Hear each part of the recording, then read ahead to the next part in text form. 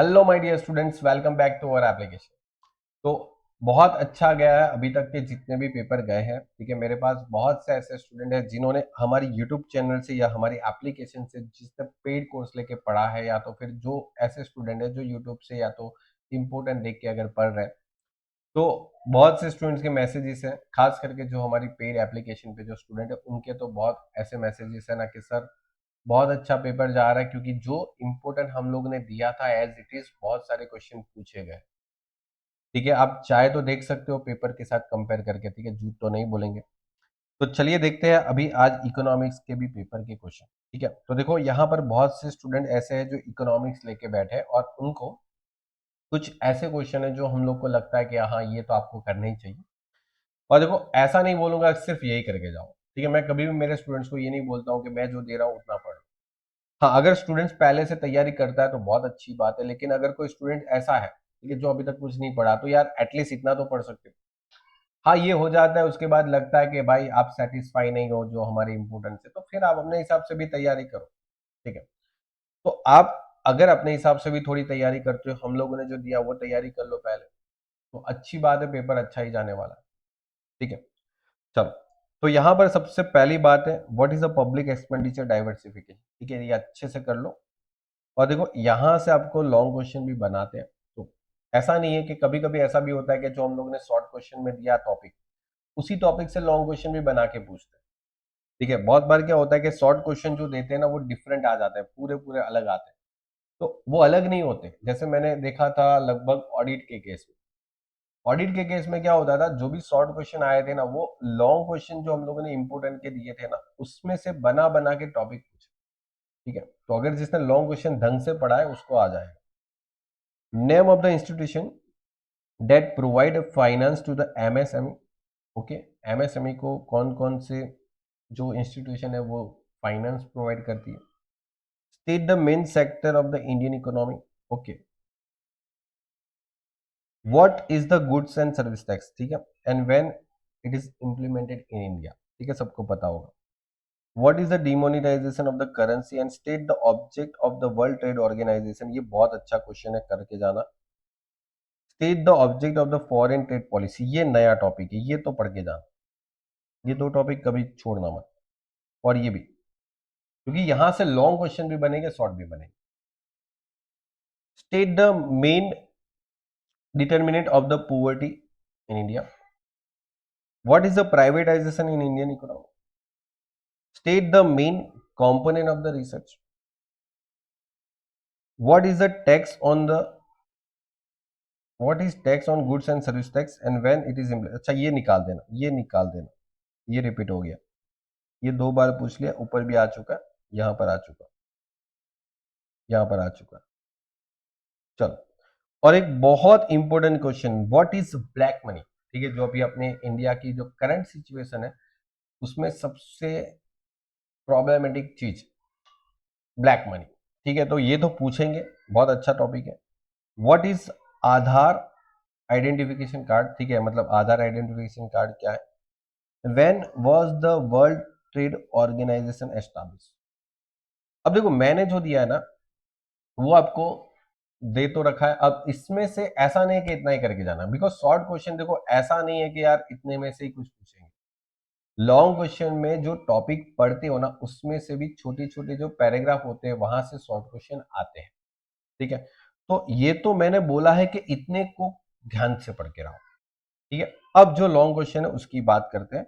तो long question में देखो, explain the measure taken to solve the problem of the public sector enterprise.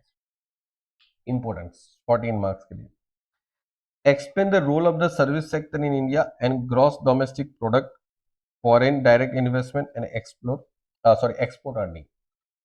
ये अच्छे से कर लो, बहुत इंपॉर्टेंट टॉपिक है। Discuss the important reason of the development of service sector in India, बहुत इंपॉर्टेंट टॉपिक है। Discuss the detail the main features of the Indian tax structure, बहुत अच्छा टॉपिक है। हर टॉपिक को मैंने जो भी सिलेक्ट किया ना वो इंपॉर्टेंट। अब देखो यहां से अगर कुछ टॉपिक तो आना ही आना है, और अगर इतना अगर आप करते हो उसके बाद अगर टाइम बचता है, क्योंकि आपके एग्जाम अभी बहुत टाइम है, तो अगर टाइम बचता है और ऑब्वियसली बचेगा, तो आप बाकी के टॉपिक को भी कर सकते हो, पहले इतना करो।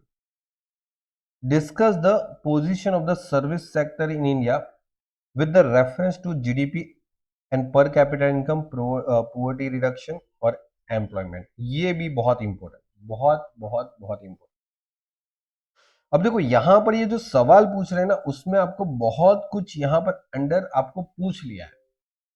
अब ये सवाल में से कभी कभी ऐसा भी होता है कि या पूरा 100% 14 मार्क का सवाल नहीं पूछा, यहां से कुछ छोटे टॉपिक पूछ लिए, जैसे जीडीपी और पर कैपिटा इनकम वाला टॉपिक। तो ऐसा जरूरी नहीं कि सेम टू सेम यही क्वेश्चन आ जाए, बिकॉज इकोनॉमिक्स में आप देख रहे हो, आपने अगर देखा हो बुक्स तो बहुत सारे टॉपिक है। तो ऐसे कंबाइन करके 14 का पूछ सकते हैं, या तो फिर अलग अलग करके 7 में भी पूछ सकते हैं। चलिए उसके बाद discuss the advantage and disadvantage of the for the Indian, sorry, discuss the advantage and disadvantage for the India as a member of the WTO. ठीक है, ये बहुत important. Discuss the causes of the poverty in India, बहुत important है, बहुत बार पूछा है, last year के पेपर में हर साल मिल जाएगा। Explain the cause of the generation of the black money in India, ये तो बहुत इंपॉर्टेंट है मेरे ख्याल से। अगर कॉमर्स पढ़ने वाले बच्चे को अगर ये नहीं पता है ना, तो मेरे ख्याल से वो कॉमर्स ही नहीं पढ़ रहा है। ठीक है, तो मैं मानता हूं ये आना चाहिए एग्जाम में। जो कोई भी पेपर सेट कर रहा है ना, उनको भी मैं यही रिक्वेस्ट करता हूं कि यार ये तो पूछ ही लो। ठीक है, क्योंकि बच्चे अगर कॉमर्स पढ़ रहे हैं तो ये नॉलेज तो होना चाहिए। Explain the main defect of the tax system in India, ये भी बहुत अच्छा टॉपिक है। और बेनिफिट ऑफ डीमोनिटाइजेशन। ठीक है, सबको पता है यार डीमोनिटाइजेशन से क्या बेनिफिट हुए। ठीक है, पढ़ लो अच्छे से, बुक्स में बहुत अच्छे लिखे हैं।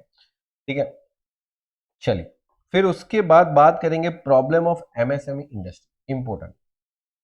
Difficult difficulties in the obtain statistical data in service sector, Indian current foreign trade policy, ये एक करके जाना बहुत इंपॉर्टेंट लग रहा है मेरे को, लग रहा है पूछ, मैं अगर पेपर सेटर हूं तो पक्का पूछूं। ये भी बहुत इंपॉर्टेंट है। मैंने बोला ना, ब्लैक मनी पे अगर क्वेश्चन नहीं आता है ना एग्जाम पेपर में, ब्लैक मनी के ऊपर अगर क्वेश्चन एग्जाम पेपर में नहीं आता ना, तो मेरे ख्याल से एग्जामिनर आपको टेस्ट कर ही नहीं रहा ठीक से, ये मेरी मानना है। और ये न्यू फॉरेन ट्रेड पॉलिसी, जब आप अभी कॉमर्स पढ़ रहे हो और आपको यही नहीं पता कि इंडिया की करंट फॉरेन ट्रेड पॉलिसी क्या है, ठीक है, उसके ऑब्जेक्ट क्या है, इसके ऑब्जेक्ट भी बहुत अच्छे से करना, इसके ऑब्जेक्ट, ये ऑब्जेक्ट है ना, मैं आपको बोलता हूं 2 मार्क्स में कभी कभी पूछने का चांस बनता है। ये लेटेस्ट टॉपिक है, इसका नॉलेज हर कॉमर्स पढ़ने वाले लोगों को होना चाहिए, तो मैं मानता हूं यार पूछना चाहिए। ठीक है, पेपर सेटर को मैं बोलता हूं पूछो।